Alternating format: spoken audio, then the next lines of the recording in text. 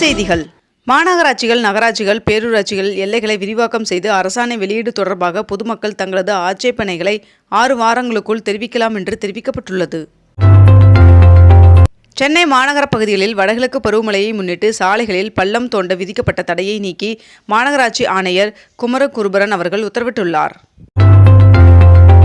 மருத்துவமனையில் அனுமதிக்கப்பட்டுள்ள வெங்கடேசன் அவர்கள் நலமாக உள்ளார் என்று சிபிஎம் மாநில செயலாளர் பாலகிருஷ்ணன் அவர்கள் தெரிவித்துள்ளார்.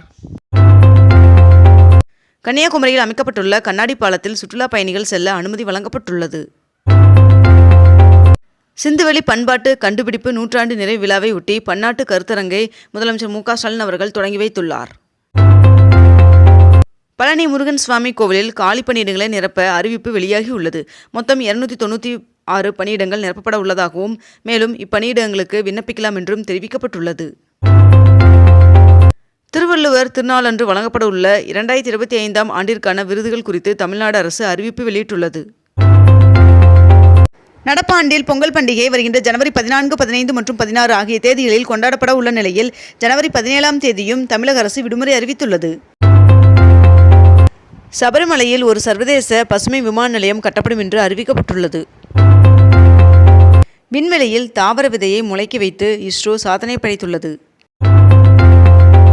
தாம்பரம் ரயில் நிலையத்தில் இன்று பராமரிப்பு பணிகள் நடைபெற உள்ளதால் தாம்பரத்திலிருந்து சென்னை கடற்கரை மற்றும் செங்கல்பட்டிற்கு மின்சார ரயில் சேவை ரத்து செய்யப்பட்டுள்ளது. மின்சார ரயில் ரத்தின் காரணமாக இன்று கூடுதலாக 40 பேருந்துகள் இயக்கப்படும் என்று சென்னை மாநகர போக்குவரத்து கழகம் தெரிவித்துள்ளது. ஆவின் நிறுவனத்தின் ஐஸ்கிரீம் வகைகளை பொதுமக்கள் எளிதில் பெற நடவடிக்கை எடுக்கப்பட்டுள்ளதாக தகவல் தெரிவிக்கப்பட்டுள்ளது.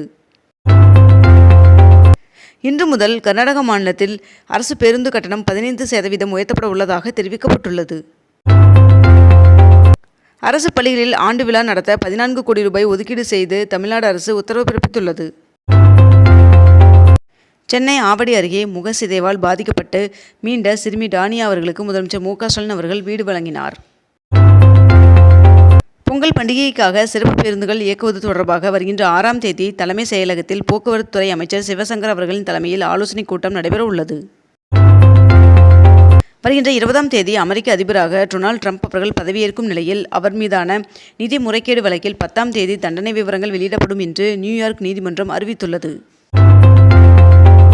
சென்னை மாரத்தான் ஓட்டத்தை முன்னிட்டு இன்று சிறப்பு மெட்ரோ ரயில் சேவை அதிகாலை 3 மணி முதல் இயக்கப்பட உள்ளதாக தெரிவிக்கப்பட்டுள்ளது. ஆம்ஸ்ட்ராங் அவர்களின் கொலை வழக்கின் விசாரணையை வருகின்ற 10ஆம் தேதிக்கு ஒத்திவைத்து உத்தரவிடப்பட்டுள்ளது. சென்னை தேனாம்பேட்டையில் கழிவுநீர் அகற்றும் வாகனங்களின் செயல்பாடுகள் குறித்து முதலமைச்சர் மு.க.ஸ்டாலின் அவர்கள் ஆய்வு மேற்கொண்டுள்ளார். சபரிமலைக்கு ஒரு சர்வதேச பசுமை விமான நிலையம் கட்டப்படும் என்று அறிவிக்கப்பட்டுள்ளது. சென்னையில் இன்று மாரத்தான் போட்டி நடைபெறுவதையொட்டி முக்கிய சாலைகளில் போக்குவரத்து மாற்றம் செய்யப்பட்டுள்ளது. தமிழ்நாடு முழுவதும் தனியார் பள்ளிகளில் மாணவர்களின் பாதுகாப்பு ஏற்பாடுகளை கண்காணிக்கவும், பள்ளிகளின் உட்கட்டமைப்பு கண்காணித்து ஆலோசனை வழங்கிடவும் ஜனவரி 10ஆம் தேதி திருச்சியில் தமிழ்நாடு தனியார் பள்ளிகள் சங்கம் அவசர ஆலோசனைக் கூட்டம் மேற்கொள்ள உள்ளது. சாத்தூர் அருகே பட்டாசு ஆலை விபத்தில் உயிரிழந்தவர்களின் குடும்பத்திற்கு தலா 4 லட்சம் ரூபாய் நிவாரணம் வழங்க முதலமைச்சர் மு.க.ஸ்டாலின் அவர்கள் உத்தரவிட்டுள்ளார். இந்தியாவில் 18 வயதிற்கு உட்பட்டவர்கள் சமூக ஊடக கணக்குகள் தொடங்க பெற்றோர்களின் ஒப்புதல் தேவை என்று ஒன்றிய அரசின் டிஜிட்டல் தனிநபர் தரவு பாதுகாப்பு சட்ட வரைவு விதிகளில் தெரிவிக்கப்பட்டுள்ளது. தமிழகத்தில் ஈரோடு, திருப்பூர், மதுரை, தஞ்சாவூர், திண்டுக்கல், திருச்சி உள்ளிட்ட மாவட்டங்களில் சாலை விரிவாக்க பணிகளுக்கு நிதி ஒதுக்கப்பட்டுள்ளதாக மத்திய அமைச்சர் நிதின் கட்கரி அவர்கள் தெரிவித்துள்ளார். பொங்கல் பண்டிகையை முன்னிட்டு உலக புகழ்பெற்ற அலங்காநல்லூர் ஜல்லிக்கட்டு வருகின்ற ஜனவரி 16ஆம் தேதியும், அவனியாபுரத்தில் ஜனவரி 14ஆம் தேதியும், பாலமேட்டில் 15ஆம் தேதியும் ஜல்லிக்கட்டு போட்டி நடைபெற உள்ளதாக தகவல் தெரிவிக்கப்பட்டுள்ளது. வருகின்ற ஜனவரி 21 மற்றும் 22 ஆகிய தேதிகளில் சிவகங்கையில் முதலமைச்சர் மு.க.ஸ்டாலின் அவர்கள் சுற்றுப்பயணம் செய்ய உள்ளார் என்று அமைச்சர் பெரியகருப்பன் அவர்கள் தகவல் தெரிவித்துள்ளார். முதலமைச்சர் மு.க.ஸ்டாலின் அவர்களின் தலைமையிலான திமுக ஆட்சியில் 40 மாதங்களில் 1666 புதிய நியாய விலைக் கடைகள் திறக்கப்பட்டுள்ளது என்று தெரிவிக்கப்பட்டுள்ளது.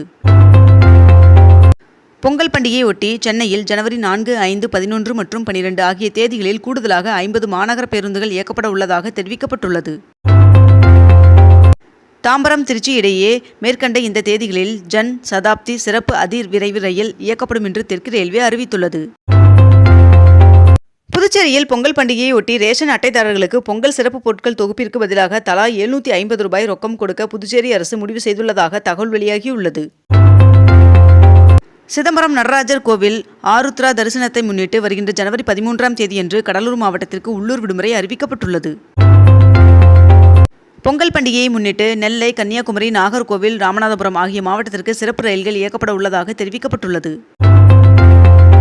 தெலுங்கு நடிகர் அல்லு அர்ஜுனா அவர்களுக்கு ஹைதராபாத் நீதிமன்றம் ஜாமீன் வழங்கியுள்ளது.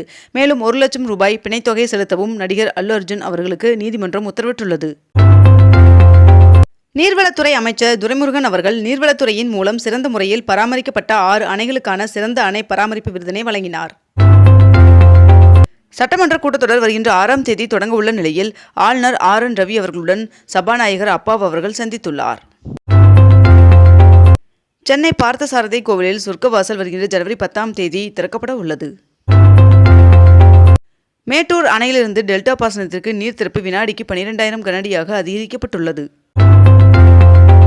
சென்னையில் உள்ள தொழில் முனைவோர் மேம்பாடு மற்றும் கண்டுபிடிப்பு நிறுவனம் மின்னணு வர்த்தகம் என்ற தலைப்பில் 3 நாட்கள் பயிற்சி வகுப்பு நடத்த உள்ளது.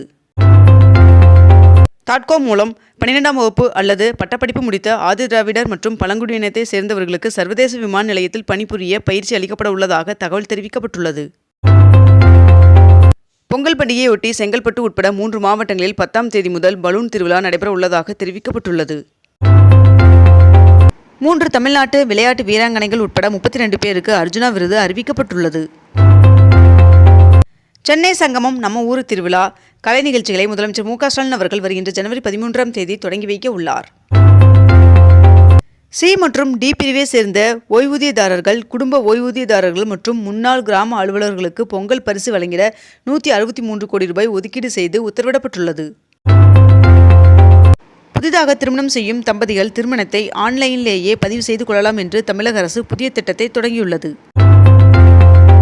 சென்னை மெட்ரோ ரயிலில் 2024ஆம் ஆண்டில் மட்டும் 10,52,00,000 பயணிகள் பயணம் செய்துள்ளதாக தகவல் தெரிவிக்கப்பட்டுள்ளது. கன்னியாகுமரியில் முதலமைச்சர் மு.க. ஸ்டாலின் அவர்கள் திறந்து வைத்த திருவள்ளுவர் சிலை புகைப்பட கண்காட்சியை பொதுமக்கள் ஞாயிற்றுக்கிழமை அதாவது ஜனவரி 5ஆம் தேதி வரை இலவசமாக பார்வையிடலாம் என்று தெரிவிக்கப்பட்டுள்ளது. மாஞ்சோலை தேயிலை தோட்டங்களை தமிழக அரசே ஏற்று நடத்தக்கோரி உச்சநீதிமன்றத்தில் தாக்கல் செய்யப்பட்ட மேல்முறையீட்டு மனு தள்ளுபடி செய்யப்பட்டது. சென்னையில் இன்று 22 கேரட் ஆவண தங்கத்தின் விலை சவரனுக்கு ஒரே நாளில் 360 ரூபாய் குறைந்து 1 சவரன் 57,720 ரூபாய்க்கு விற்பனையாகிறது. அதேபோல் 1 கிராம் வெள்ளியின் விலை கிராமிற்கு 1 ரூபாய் குறைந்து 1 கிராம் வெள்ளி 99 ரூபாய்க்கு விற்பனை செய்யப்பட்டு வருகிறது. இத்துடன் இன்றைய தலைப்புச் செய்திகள் நிறைவடைகின்றன. மேலும் இதுபோன்ற அண்மை தகவல்களை உடனுக்குடன் தெரிந்து கொள்ள அக்னிபூ சேனலை சப்ஸ்கிரைப் செய்து கொண்டு தொடர்ந்து இணைந்திருங்கள். நன்றி, வணக்கம்.